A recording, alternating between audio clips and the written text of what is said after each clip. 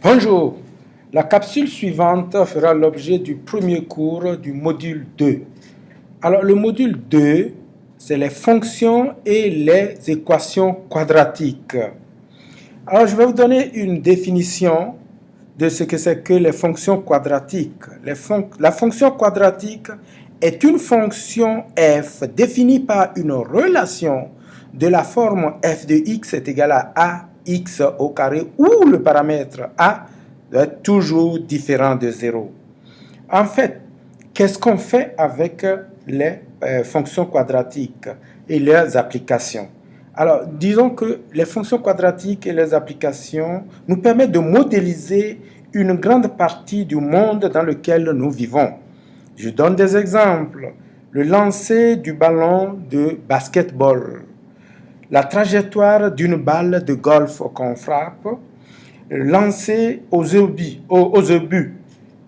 pour déclencher des avalanches et déterminer le point d'impact, les antennes paraboliques, les ponts suspendus. Voilà un certain nombre d'usages dont on se sert pour utiliser les fonctions quadratiques. Alors, je vous donne les résultats d'apprentissage de ce module 2 et du chapitre 3. Alors, le résultat d'apprentissage, c'est de développer le raisonnement algébrique et numérique à l'aide de l'étude des relations. Alors, ici, je vous présente ici, nous avons, j'ai tracé quelques fonctions ici et nous allons essayer de voir, j'espère que vous voyez bien les couleurs. Alors ici, nous allons prendre d'abord la fonction qui est tracée, vous voyez très bien la forme de la forme bleue, de la couleur bleue. Alors la fonction de la couleur bleue, alors je l'ai écrite ici, correspond à y est égal à 2x au carré. Y est égal à 2x au carré se trouve ici. Y est égal à 2x au carré. Ensuite, y est égal à moins 2x au carré. Alors, c'est la fonction qui est représentée en pointillé ici. La fonction y est égale à 1 demi de x au carré, 1 demi de x au carré, et l'autre c'est y est égal à moins 1 demi de x au carré, qui est là, l'autre ici. Alors, quelle est la remarque? Qu'est-ce que nous remarquons ici? Nous remarquons que, en fait, cette fonction, la première fonction en bleu, lorsqu'on multiplie par moins 2, alors, lorsqu'on multiplie par moins 1, nous avons cette forme. La première donne cette forme. La deuxième, lorsqu'on multiplie par moins 1, ça donne la forme pointillée. Alors, nous allons dire que vous avez dû voir au niveau des fonctions que lorsqu'on pose une fonction, j'ai dit que la fonction quadratique, c'est sous la forme de ax au carré. Alors, ax au carré, a étant le coefficient que multiplie x au carré.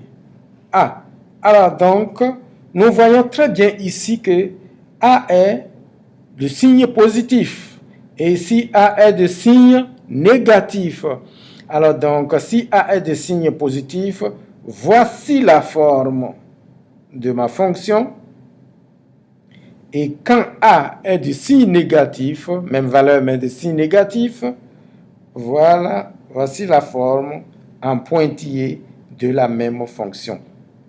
Alors, ici, y est égal à 1 demi de x au carré. C'est la courbe envers qui est là. Y est égal à moins 1 demi de x de, c'est cette courbe. Alors, vous voyez très bien la forme. Alors donc, ici, c'est pareil, en rouge, y est égal à x2, il est là. Y est égal à moins x2. Alors, donc, le petit a, le a qui est multiplié par x2 à la puissance 2, influe sur la direction de notre courbe. Alors, si notre coefficient qu'on va appeler est positif, alors la courbe va être orientée vers le haut. Et si notre petit a est négatif, la courbe est orientée vers le bas. La courbure, vous voyez, orientée vers le bas. Et plus loin, on verra, plus loin nous allons parler de cette influence. Pourquoi? Alors, donc ici, vous voyez que toutes les courbes que j'ai tracées ici ont pour un point commun ici qui est l'origine, le point 0, 0. Alors, la courbe en bleu, ici, coordonnée 0, 0, là, coordonnée 0, 0. Alors,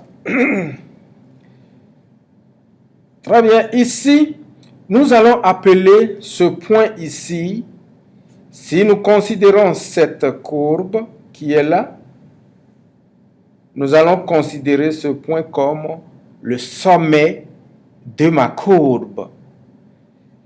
Le point 0, 0 est le sommet de ma courbe. Et qu'est-ce que je remarque? Que ici, cette droite, en fait, qui est la droite x égale à 0, l'équation de la droite verticale, x égale à 0, qui est là, partage ma courbe en deux parties égales. Alors, cette partie égale à celle-ci. Alors, nous dirons que cette droite est la droite de symétrie de cette courbe. Et si je prends la courbe en rouge, pareil, parce que toutes ces courbes ont pour sommet, les coordonnées du sommet, c'est 0, 0, l'origine. Donc, les coordonnées du sommet de toutes ces courbes, c'est 0, 0. Par conséquent, la droite x égale à 0 est la droite de symétrie de ces différentes courbes.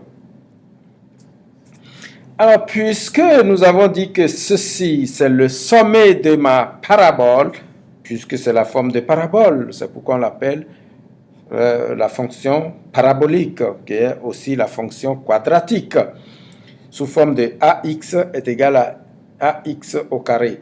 Bien, alors donc sommet, donc je vais noter S de coordonnées 0, 0, est le sommet de toutes ces courbes.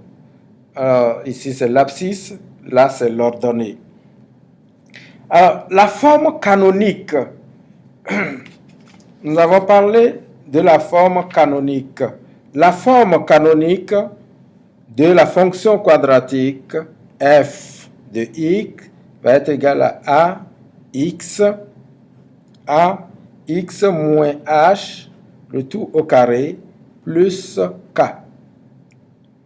Nous voyons que notre coefficient est toujours là. Si le a est positif, alors ma courbe est orientée vers le haut, l'ouverture orientée vers le haut. Si mon a est négatif, l'ouverture est orientée vers le bas. Ça se tourne vers le bas. Alors h, ici h et k constituent les coordonnées du sommet de ma parabole. Et a est toujours non nul. Le petit a, toujours non nul, est différent de 0. Le paramètre a permet de déterminer l'orientation de la parabole et la courbure de celle-ci. Alors, si je remets ceci, nous avons bien vu que lorsque mon a est positif ici, voici la courbe en bleu. Alors, détermine là l'orientation de la parabole, oui, oriente, c'est vers le haut, et la courbure. Vous voyez, ici, Je vais l'expliquer après par les fonctions décroissantes et croissantes. Ici, la courbe descend, descend, descend, descend, descend, descend et vient à son point le plus bas et repart, et remonte, remonte, remonte, remonte jusqu'à l'infini. Alors, ça veut dire que ce point va s'appeler un minimum parce que ça décroît, ça décroît, ça décroît, ça décroît, ça arrive à son point le plus petit, donc le minimum, et ça remonte. Par contre, ici,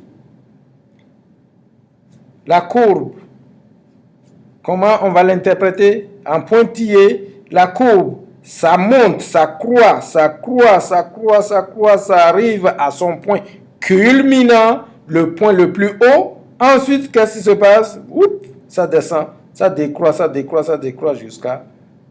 ça va vers l'infini. Alors, donc, ici, nous avons, pour la courbe en pointillé, nous allons l'appeler un maximum, ici, parce que c'est un maximum. Et là, c'est un minimum, parce que c'est le point le plus bas de la courbe. Et si nous considérons ceci, c'est le point le plus haut de ma courbe.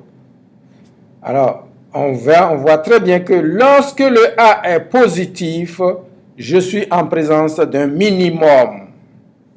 Et lorsque le A est négatif, je suis en présence d'un maximum. Alors, on va voir comment déterminer les coordonnées du sommet d'une parabole que nous avons appelée ici A et K, plus dans la prochaine capsule.